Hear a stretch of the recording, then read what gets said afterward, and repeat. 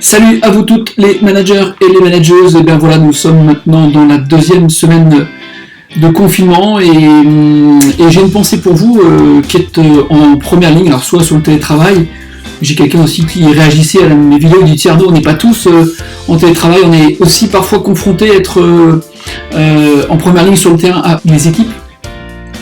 Et donc, puisqu'en ce moment il revient souvent dans les posts, les chats, les SMS qu'on s'envoie, prends soin de toi, prenez soin de vous. Voilà, et ça m'a donné l'idée de cette petite vidéo. Et prendre soin de soi pour le manager aujourd'hui, c'est aussi manager son énergie dans la durée. C'est pour savoir se préserver, pour savoir rester très lucide, parce que même si la première semaine ça a été beaucoup d'organisation et forcément de grosses sollicitations pour j'imagine rassurer les gens, plus on va avancer je pense dans le confinement, plus il risque d'y avoir une sorte de démotivation, de désimplication, et donc il va falloir dans la durée manager sa lucidité, sa prise de recul pour soi en tant que manager, à ne pas être attrapé justement par cette fatigue bien légitime. Voilà, alors je vais te livrer 3 astuces un peu tarte à la crème, mais ça fait vraiment du bien de se les rappeler, en tout cas pour les mettre en place dans sa journée type, dans sa semaine type, et puis mon petit truc à moi que j'utilise pour essayer de rester le plus lucide et le plus donc performant possible. Alors la première chose, c'est bien manger. Le danger si on est confiné, le danger si on doit être sur du télétravail, le danger si on doit manger vite, c'est d'oublier de prendre le temps de s'arrêter, de manger n'importe quoi.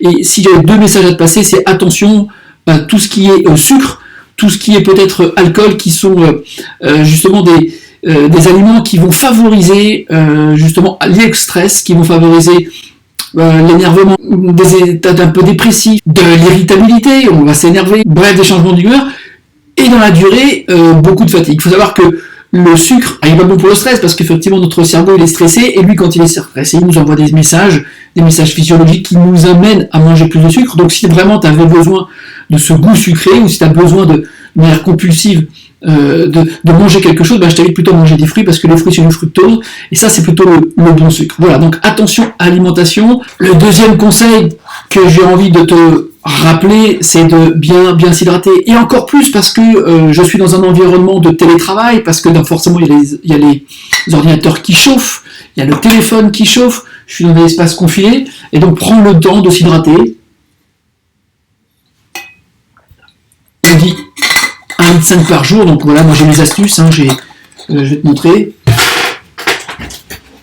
Voilà, j'ai une grosse bouteille de 5 litres que j'ai toujours à côté de moi, et puis je le mets dans ma petite gourde qui me permet de bien mesurer la quantité d'eau que je bois dans la journée. Et je sais que pour moi c'est minimum 1,5 litre, et puis quand je fais un peu de sport, forcément j'augmente la dose. Donc bien s'hydrater. Vous savez, le soir, quand on a comme ça le coup de casque, parce qu'on est farci, souvent c'est lié à une déshydratation, un manque d'hydratation. Donc voilà, réflexe très simple de boire très régulièrement, plutôt de l'eau. Enfin, dernier point, c'est le sommeil. Alors là encore, pour celles et ceux qui font du télétravail, le fait d'être hyper connecté, forcément, on a une forme d'addiction. Donc le cerveau, il a du mal à faire, a du mal à trouver son repos, à déconnecter. Il y a une forme d'addiction qui vient avec les écrans. Et le soir, on pourrait être tenté aller faire un coup de tour sur Facebook, sur Instagram, sur les réseaux sociaux. Non, et plutôt que d'être capable de se sevrer à partir de 19h dans nos téléphones, on est tenté de les récupérer. Et là, forcément, on racle 1 cycle, 2 cycles, 3 cycles d'endormissement. Sur une semaine, c'est pas bien grave, mais si le confinement devait durer, on peut vite se retrouver avoir une dette de sommeil, une dette de fête. La meilleure chose pour l'éviter, c'est de savoir vraiment être ultra discipliné avec ça. Voilà, puis je t'ai parlé de mon astuce à moi. Moi, j'ai un petit rituel, je fais la sieste. Ouais, ça peut paraître un peu vieux jeu, mais moi je suis un addict de la sieste, et très souvent je m'allonge. Alors, ça peut être 5 minutes, 10 minutes, le top pour moi c'est 25 minutes, parce que 25 minutes d'endormissement, ça évite de faire une grosse sieste et de tomber dans un profond sommeil, et là quand on se relève, on n'est pas d'attaque du tout. 25 minutes, c'est 30% de régénération de nos capacités intellectuelles. Voilà, donc moi j'essaie de faire 25 minutes, je m'allonge, je mets le chrono, et puis j'essaie de faire le vide. Certains utiliseront la micro-sieste avec des clés comme les moines bouddhistes. Voilà, je me mets sur ma chaise, et puis au bout d'un moment, quand le dormissement, le trop de relâchement vient, la clé tombe, ça me réveille, ça m'évite de passer dans ce cycle de sommeil trop long qui lui serait préjudiciable. Voilà, privilégiez ça, c'est un petit moment pour soi, 5 minutes, 10 minutes, on peut le faire assis, on peut le faire allongé, pour celles et ceux qui sont confinés, c'est le moment de se réentraîner, justement aller chercher ce petit temps de sieste, de détente tout simplement, et ça fait énormément de bien. Voilà, j'ai une pensée pour vous. Voilà, et si vous voulez partager dans les commentaires justement ce que vous mettez en place vous pour gérer votre énergie, écoutez, je serai ravi de lire vos commentaires et de pouvoir les partager avec le plus grand nombre. Bon courage, bonne semaine, à très bientôt, au revoir.